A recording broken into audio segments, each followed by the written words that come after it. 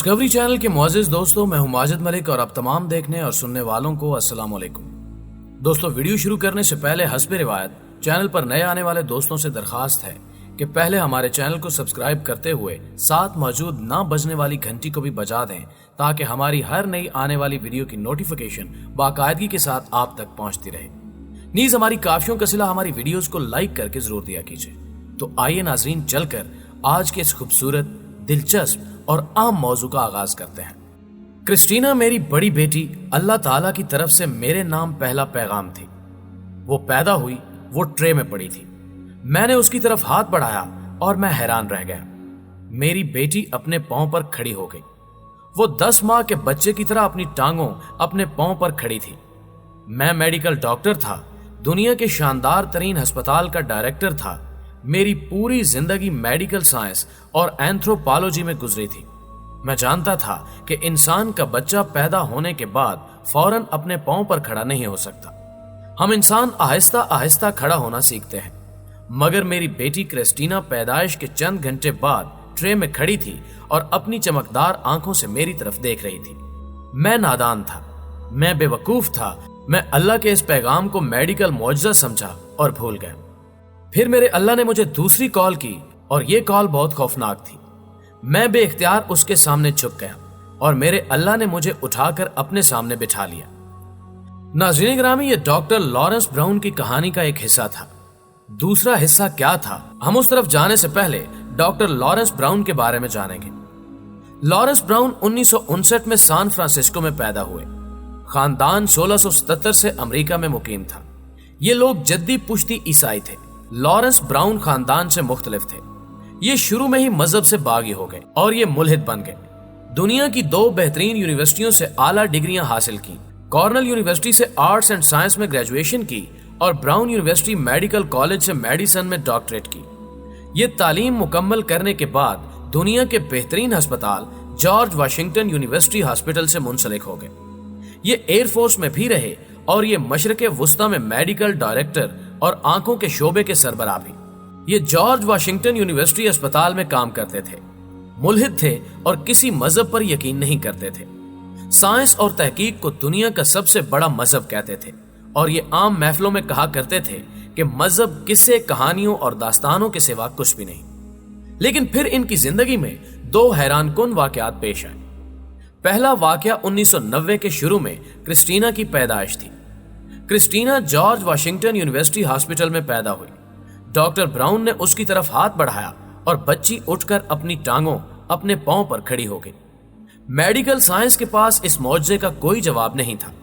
ڈاکٹروں نے اس واقعے کو مشکل سی ٹرم میں تبدیل کیا اور اسے کرسٹینا سنڈروم کا نام دے دیا۔ ڈاکٹر لارنس اس واقعے کے بعد بھی ملحد ہی رہے۔ یہ اپنے عقائد کا برملا پرچار بھی کرتے رہے۔ دوسرا واقعہ کرسٹینا کی پیدائش سے 10 ماہ بعد پیش آیا۔ 10 اکتوبر 1990 کو اللہ تعالیٰ نے انہیں دوسری بیٹی ہینا عنایت کی۔ یہ بچی پیدائشی طور پر دل کی خوفناک بیماری کا شکار تھی۔ یہ سر سے پاؤں تک نیلی پیدا ہوئی۔ یہ نیلا رنگ ثابت کرتا تھا کہ بچی کا خون آکسیجن جذب نہیں کر رہا، چنانچہ بچی کو پیدائش کے فوراً بعد آپریشن تھیٹر شفٹ کر دیا گیا۔ ایکس رے ہوا تو پتہ چلا کہ بچی کے سینے میں دل کی مرکزی آرٹری بند ہے۔ ڈاکٹر لارنس خود ڈاکٹر بھی تھے اور ڈائریکٹر بھی۔ یہ جانتے تھے کہ بچی کی اوپن ہارٹ سرجری ہوگی، پورا سینہ کھولا جائے گا اور دل کی مرکزی رگ کاٹ کر اس میں عارضی نالی لگائی جائے گی۔ یہ انتہائی مشکل آپریشن ہوگا۔ بچی اس میں بچ نہیں سکے گی اور یہ اگر بچ بھی گئی تو نالی زیادہ دنوں تک کام نہیں کرے گی۔ بچی 2-3 برس بعد ایک بار پھر سے اس تکلیف دہ عمل سے گزرے گی اور یہ اس میں ضرور انتقال کر جائے گی، اور یہ اگر اس میں بچ بھی گئی تو بھی یہ زیادہ برسوں تک زندہ نہیں رہ سکے گی۔ یہ بیماری اسے 5-7 برسوں میں والدین سے چھین لے گی۔ ڈاکٹر بچی کے طبی مقدر سے واقف تھے، لیکن اس کے باوجود ہسپتال نے نیو یارک کا بہترین ہارٹ سرجن بلا لیا۔ ڈاکٹروں کی ٹیم بھی پہنچ گئی۔ بچی کو آپریشن تھیٹر میں لٹا دیا گیا۔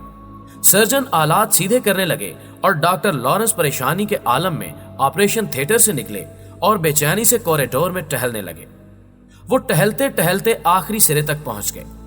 انتظامیہ نے چند سال قبل مریضوں کے لواحقین کے لیے ہسپتال میں دعا کا کمرہ بنا دیا تھا۔ یہ فقط ایک کمرہ تھا۔